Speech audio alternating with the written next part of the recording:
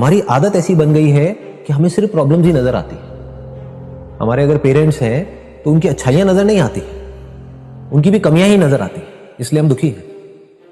Society में जो कुछ गलत हो रहा है वो तो हमें नजर आता है, जो अच्छा हो रहा है वो हमें नजर नहीं आता है। मीडिया ने ऐसी कंडीशनिंग कर दी है हम सबकी, इतना नेगेटिव नेगेटिव नेगेटिव दिखा करके सबके लोगों में दिमाग में ऐसा कुछ बिठा दिया है कि सब कुछ ही गलत हो रहा है, सब तरफ कहीं भी कुछ अच्छा नहीं हो रहा है। मैं ये हूं, मैं वो हूं, मुझे ये करना है, मुझे वो करना है, समझ गए?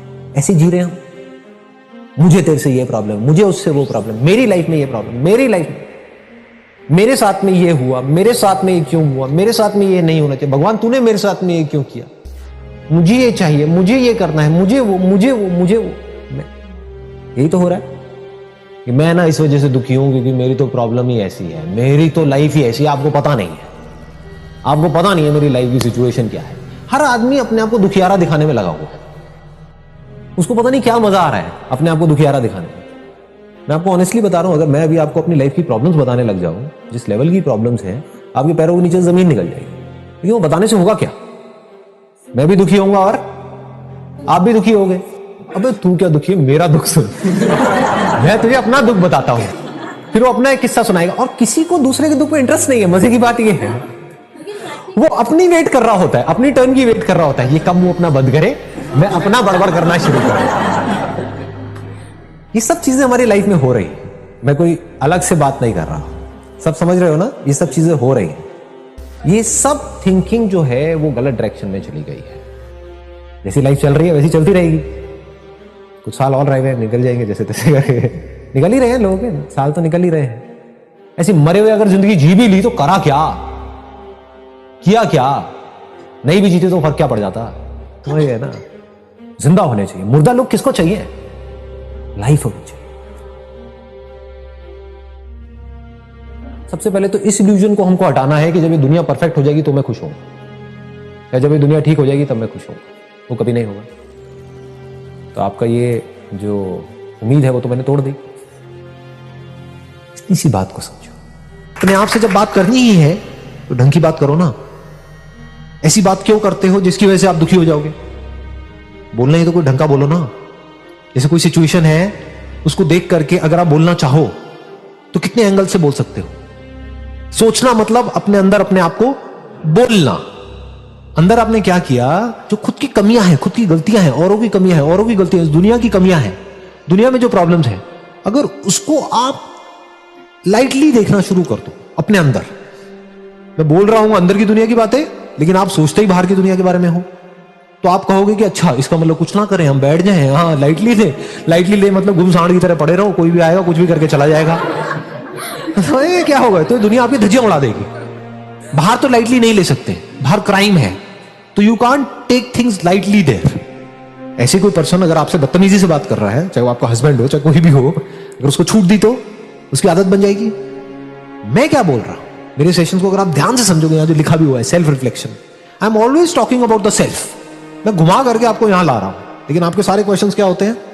मेरे पेरेंट्स ऐसे हैं, वो ऐसे हैं, वो ऐसे हैं, वो ऐसे, समझिए आप वहीं घूम रहे हो। वहां पर आप रोने वाले हो, दुखी होने वाले हो। मैं क्या कह रहा हूं? इस सबके बावजूद मतलब बाहर लड़ाई चल रही है, तगड़ी लड़ाई चल रही है, लेकिन अंदर कोई लड़ाई नहीं है। इसकी बात हो रही है। तो कहने का मतलब क्या है, अगर इसको ध्यान से आप समझ पा रहे हो मैं क्या बोल रहा हूं?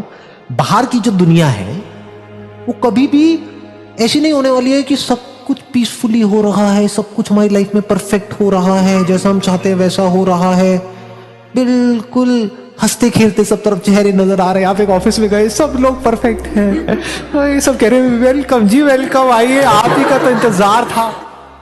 अगर अंदर हमारे लड़ाई होना बंद हो जाए, उसकी बात चल रही है आज इस सेशन में।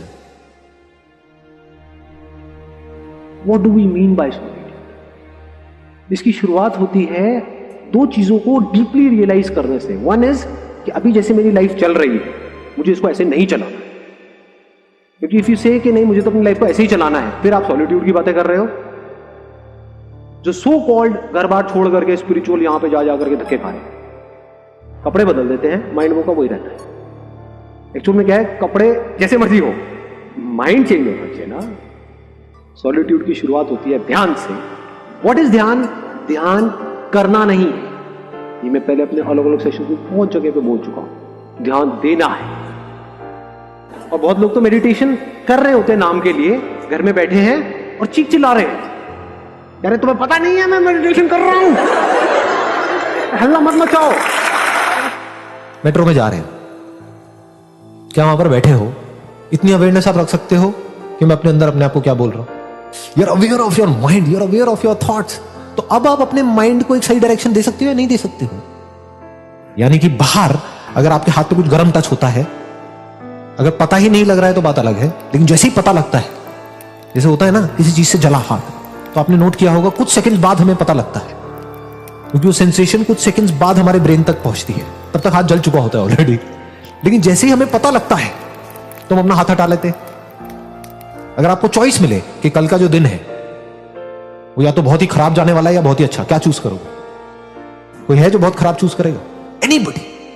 इस बात की गहराई समझ आई कि हम जानबूझ करके कभी भी अपने लिए दुख चूज नहीं कर सकते। इस सोसाइटी ने इस तरीके से आपकी कंडीशनिंग कर दी है, आपको खुद को भी नहीं पता है कि it is all driven towards instant gratification. मतलब instant gratification is at the centre of everything in life. आज की डेट कि जो है अभी हो जाए, फटाफट हो जाए, कल किसने देखा है? वो बोलते नहीं है, कहावत नहीं है, कल का ताजमहल किसने देखा है? आज की जुमरी तलैया की बात कर लेते हैं। माइंड को अव्वल तो आप काम रखोगे कैसे? जो एक्चुअल में इंटेलिजेंट है, जिसको विजडम बोलते हैं, somebody is wise enough, तो उसका माइंड काम है। माइंड काम होने का मतलब क्या है? ये नहीं कि दिमाग खाली है, क्योंकि खाली दिमाग शैतान का घर। माइंड काम कैसे होता है? जब माइंड में ऑर्डर होता है। फॉर एग्जाम्पल, आपके घर में सब कुछ फैला पड़ा है, तो एकदम से देखते ही अनइजीनेस नहीं आ जाती है अंदर। अंदर सब फैला पड़ा है, तो एक ऑप्शन है कि हम उसकी तरफ कभी देखे ही ना, तो then you will get trapped in this instant gratification thing. अंदर वॉट लगी हुई है, वो पता कैसे लगेगा कि अंदर वॉट लगी हुई है?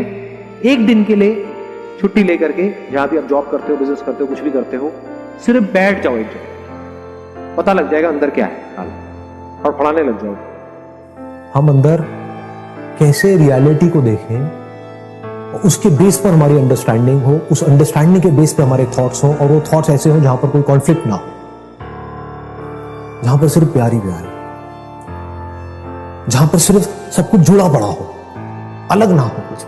कहां नहीं हो सकता?